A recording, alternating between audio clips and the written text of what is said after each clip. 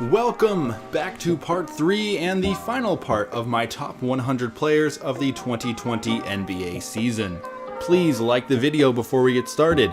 Comment your top 20 list below, and let's get started. Also, if you hear noise, that is my dog. She's super excited that I'm home.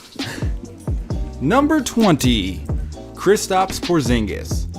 He had a very slow start to the year, but after sitting out 1.5 years, what else can you expect?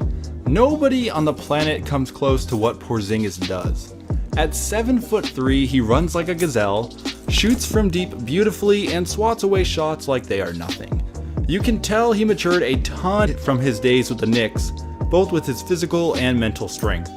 He possesses the killer instinct only seen in a small handful of NBA elites. His last 15 games, he put up an average of 25 points, 11 rebounds, 2.3 blocks per game on solid shooting efficiencies.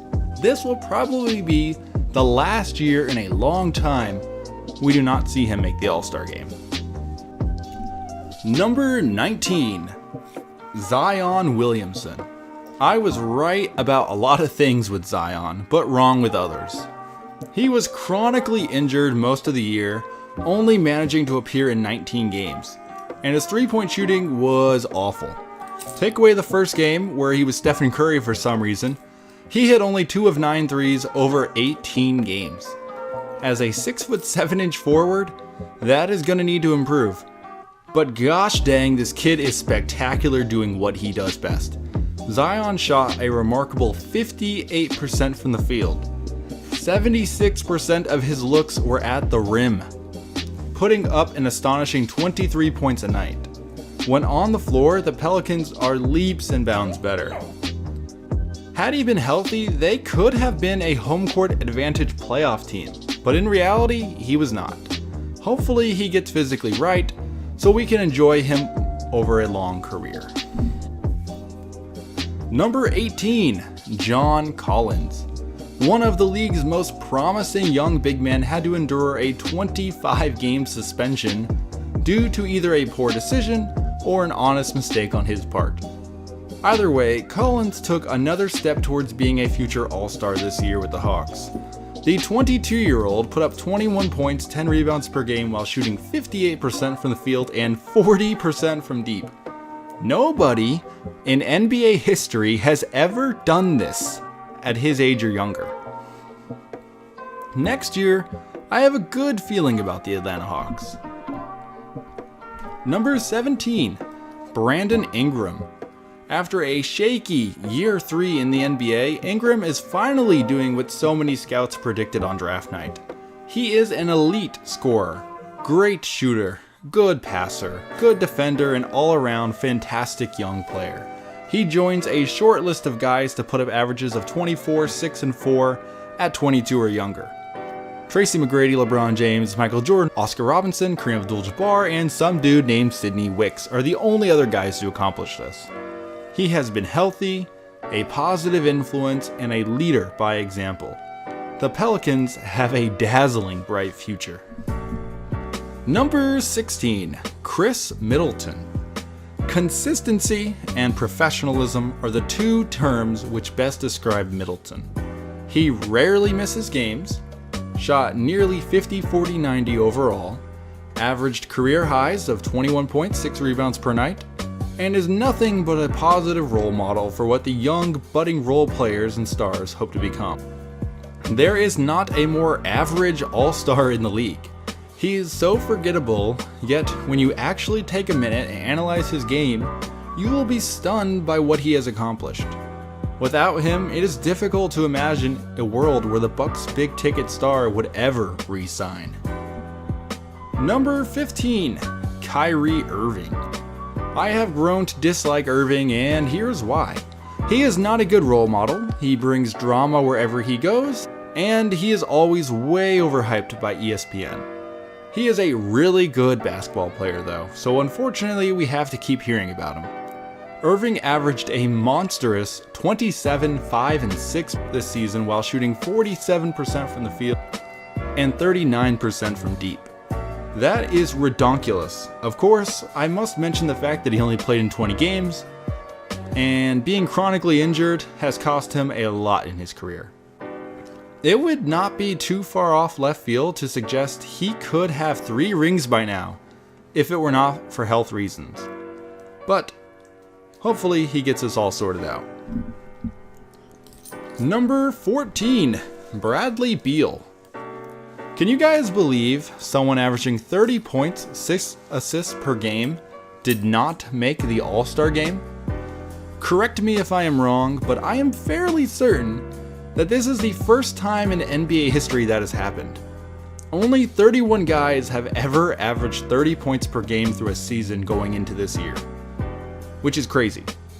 Anyways, Beal is an elite scorer, elite playmaker, good defender, good teammate, and pretty much just all-around great guy.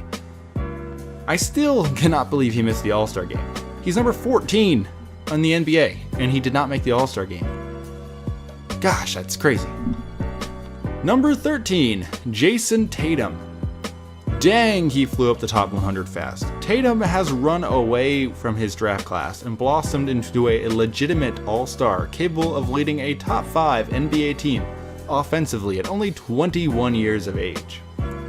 23 points per game with a 39% three-point touch is nice. He has developed the killer instinct that the best need and is looking like he could be the next legendary Boston Celtic great. Am I getting too ahead of myself? Probably. Number 12, Russell Westbrook. 27, 8, and 7 on a down year. Let me say that again. 27, 8, and 7 on a down year. Westbrook is a video game. Nothing he does seems real when you look back at it. Sure, he cannot shoot from deep. That is not new. But gosh dang, he can do everything else, and I mean everything else. His ability to perform within the Houston Rockets system has astounded me. I honestly thought that his hard-headedness would lead to a demise in Texas, but I have been way wrong. A monster on both ends of the floor and leader on the court. Westbrook is someone you hate to see coming at you with a full head of steam. Number 11, Trae Young. This kid has blown me away this season. I think he has blown everyone away. 29 points, 9 assists per game has never been done by a 21-year-old ever. He is paving the way for the Atlanta Hawks to an elite future alongside John Collins and Clint Capella. His level of play has propelled him into the peak of superstardom in only his second season in the league without ever appearing in a playoff game. You think they let anyone in the NBA horse game? Wrong. He is an offensive gem and the likes the world has never seen. Top 10 time. Number 10, Damian Lillard. A lot of good and bad came Lillard's way this year.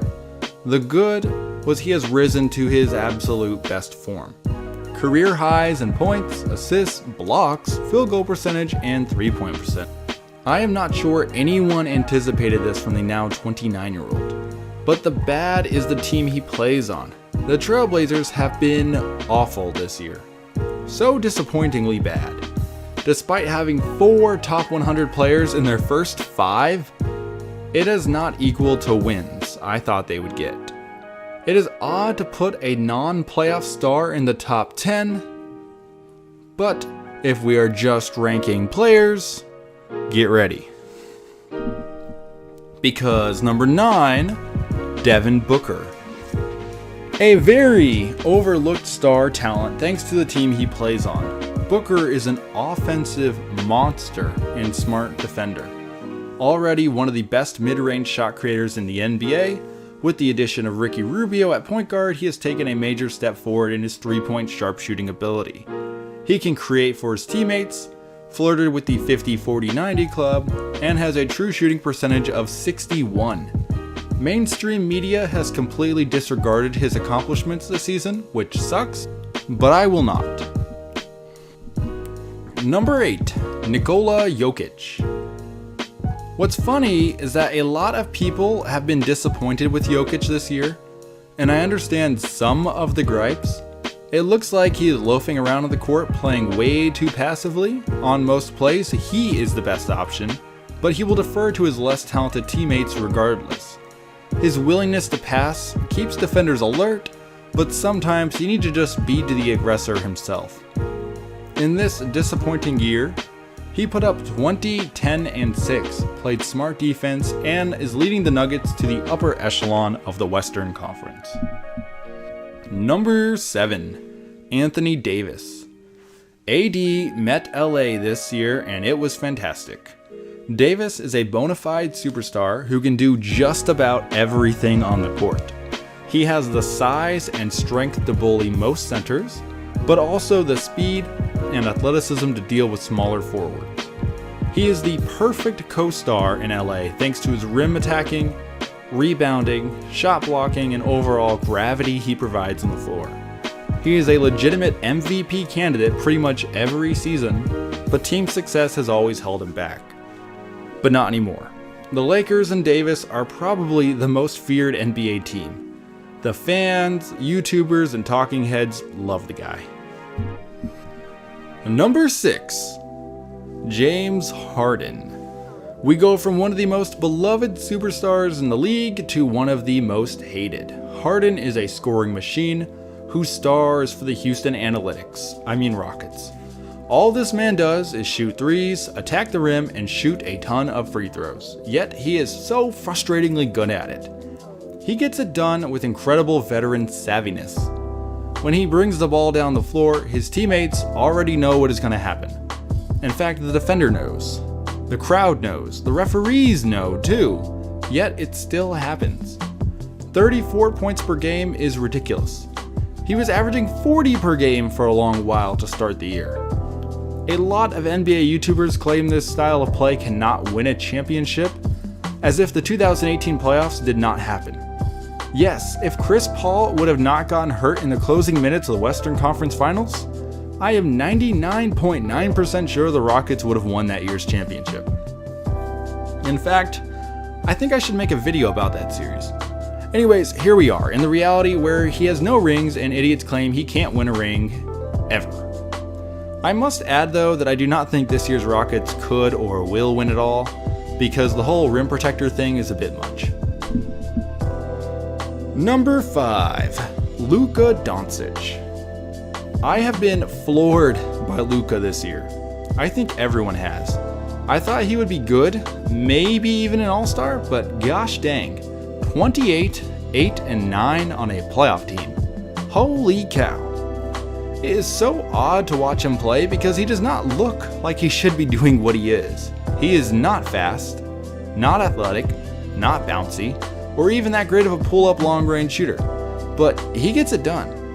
He possesses great handles, court vision, shot creating, team leadership, and a remarkable competitive attitude that is absolutely infectious to his teammates. Look at the Dallas Mavericks roster. Other than Porzingis and a revitalized Hardaway Jr., what else do they have going for them that would make you think they belong in the playoffs? The answer is Doncic. As a Suns fan, I am very happy with DeAndre Ayton, but I do wonder what could have been had we have made this selection instead. Number 4. KarlAnthony Towns. Injuries have been a big factor in limiting the notoriety Cat deserves for the season he has had. That and the fact that the Timberwolves organization was awful up until the trade deadline. Towns has had a year never before seen by an NBA center. 26, 10, and 4 on a 50 and 41 shooting numbers. He averaged 3.3 made three-pointers per game, and his defensive ability has taken steps forward as well. The fact that he missed the All-Star game is complete highway robbery. I think next year, with Russell and a few of those valuable pieces they acquired at the deadline, the Wolves could honestly make some noise and take a playoff spot. But if that does not happen, I could really see an AD version 2. I hope that does not happen, but knowing the Minnesota front office, it may. Number 3. Kawhi Leonard. It is kind of amazing to sit back and look at the last couple of years Leonard has lived through. His stock plummeted with the Spurs, and a million what-ifs ran rampant on the media trying to figure out what went wrong in San Antonio and what was next for the quiet young star. Then in his lone season in Toronto, he played well throughout a minute-restricted season. People saw the potential value he had, but many questions remained. Then in the playoffs, through a mixture of luck, talent, and big shots, he won his second championship and Finals MVP. At long last, everyone began taking notice of him. This year in LA, things have gone very well. The Clippers are one of the most feared teams in the league thanks to both their offense and defense, and Leonard has been looking like an MVP candidate. Career highs of 26, 7 and 5 tells you he is better than ever. I hope we get to see a playoff run this year, because that would be amazing. Number 2, LeBron James. The King has taken LA. LeBron James, at 35 years of age, may have just had his most impressive season of his NBA career. 25, 7, and 10. Yes, 10. LeBron is a point guard now, because why not? He was always one of the most talented ball handlers, passers, and playmakers in the league. The defense is so locked into him and his teammate Davis that it has freed up so many open looks for the Lakers. He is an absolute force on both ends of the floor, and the Lakers are getting fiery hot right before the hiatus started. I and many others want to see what these Lakers can do in the playoffs, but please, please, please, please, let there be a playoffs. And finally, number 1, you can probably already guess it. Giannis Antetokounmpo. Hands down, the NBA's most valuable player is the Greek Freak. There is no other option. Sorry, but no. Whoever you were just going to comment below is wrong. Without Giannis, the Bucks would be an absolute wreck. Middleton is good and all, but nobody else on this team looks like they belong in the first 5 of a playoff contender. The only good thing to come from this hiatus is Giannis gets to rest his back after carrying the Bucks to the top of the NBA. 29, 13, and 5. Nobody can match him on offense or defense. Sure, he cannot hit threes, but the fact that he is willing to shoot them keeps defenses honest, which is all he needs to blow by guys and make new posters. He does everything for the Bucks on both ends of the floor. Would you stop licking? I think they could seriously win it all, but they need the opportunity. If the Bucks do come out on top, I bet he remains in Milwaukee for years to come. But if they lose, that opens up Pandora's box for a world of possibilities. So, there you guys have it. My top 100 NBA players of the 2020 NBA season. Please comment, like, subscribe down below. Tell me what I got wrong, what I got right, what players are on the rise, and what players are on the fall. Thank you guys for watching. I will see you all next time.